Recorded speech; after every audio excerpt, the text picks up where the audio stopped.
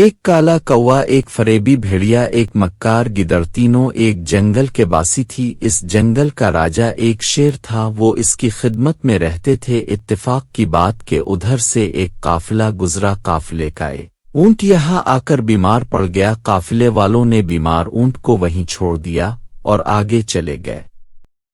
اونٹ لوٹ پیٹ کر اچھا ہو گیا، بلکہ ہری ہری گھاس کھا کر خوب موٹا تازہ ہو گیا۔ ایک دن جنگل کے راجا کی سواری اس طرف سے گزری، اونٹ بہت گھبرایا۔ اس نے خیر اسی میں دیکھی کہ شیر کے سامنے جا کر سر جھکا دیا۔ شیر نے گرج کر کہا، تمہاری یہ ہمت کیسے ہوئی کہ اونٹ کی طرح منہ الفاٹے میرے مکھ میں آ گئے؟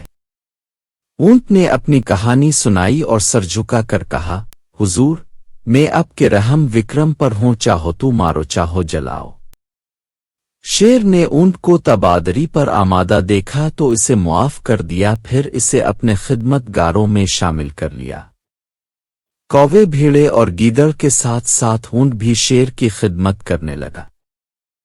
اس نے شیر کی ایسی خدمت کی کہ شیر نے اس کے عہدے میں ترقی کر دی۔ اس پر کوا، بھیڑیا اور گیدڑ تینوں بہت جلے، انہیں ڈر ہو گیا کہ کہیں یہ اونٹ ترقی کرتے کرتے ان سے آگے نہ بڑھ جائے، بس اس کی جان کے بیری ہو گئے۔ ایک دفعہ کیا ہوا کہ شیر کی ایک ہاتھی سے لڑائی ہو گئی۔ شیر زخمی ہو گیا، اس قابل نہ رہا کہ شکار پر جائے۔ وہ شکار مار کرلاتا تھا تو اس میں سے بھیڑیے، گیدڑ، کوے اور اونٹ کو بھی حصہ ملتا تھا۔ اس طرح ان کا پیٹ پلتا تھا۔ اب وہ بھوکوں مرنے لگے۔ شیر نے کہا، میرے پیارو، میں خود تو بھوکا سکتا ہوں، تمہیں بھوکا نہیں دیکھ سکتا، مگر کیا کروں، آج کل طبیعت اچھی نہیں، لمبی مار پر نہیں جا سکتا۔ ہاں، اگر آس پاس کوئی شکار ہو تو مجھے بتاؤ۔ کوا، بھیڑیا اور گیدڑ تینوں ہی اپنی اپنی جگہ فتنہ تھے۔ انہوں نے آنکھوں میں ایک دوسرے کو دیکھا اور اشاروں اشاروں میں طے کر لیا۔ کوا بولا، حضور، یہ جو اونٹ ہے کہیں باہر سے آ گیا ہے اور مفت کی روٹیاں تو رہا ہے، اب کا نمک کھا کھا کے موٹا ہو گیا ہے، یہ کس دن کام آئے گا؟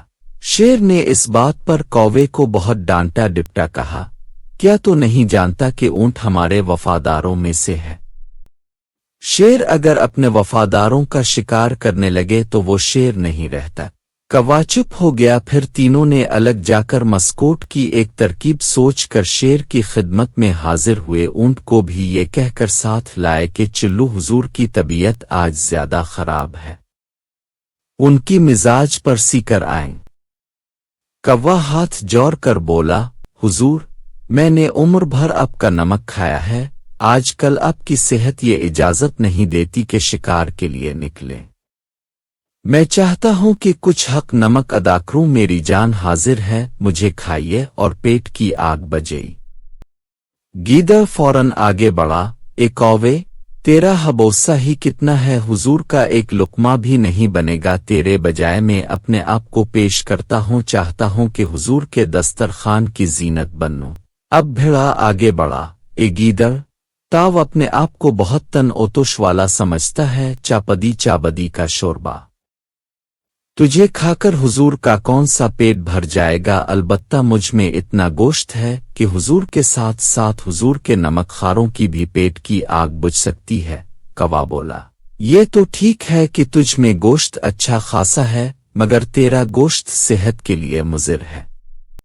حضور کی طبیعت آج کل اچھی نہیں، تیرا گوشت کھائیں گے تو طبیعت اور خراب ہو جائے گی۔ جب تینوں اپنی اپنی جگہ کہہ چکے تو اونٹ نے دل میں کہا کہ آخر میں بھی تو شیر کا نمک خار ہوں، مجھے بھی اپنی وفاداری ثابت کرنی چاہیے۔ بڑھ کر کہا، حضور، میں حاضر ہوں، میں بڑا جانور ہوں اور میرا گوشت بھی ایسا ہے کہ بیمار بھی کھائے تو اسے گرانی نہ ہو۔ شیر کے بولنے سے پہلے ہی کوا، گیدڑ اور بھیڑ آبول پڑے، اونٹ کو شاباش دی، کہا، وفادار ہو تو ایسا ہو، اور تیرا گوشت تو اس بیماری میں بہت ہی مفید ہے۔ اونٹ بیچارہ منہ دیکھتا رہ گیا۔ کوا، گیدڑ اور بھیڑ اس پہ پل پڑے، دم کے دم میں اس کی تکا بوٹی کر دی اور اونٹ کو کچھ ہی پل میں چیر پھاڑ کر رکھ دیا۔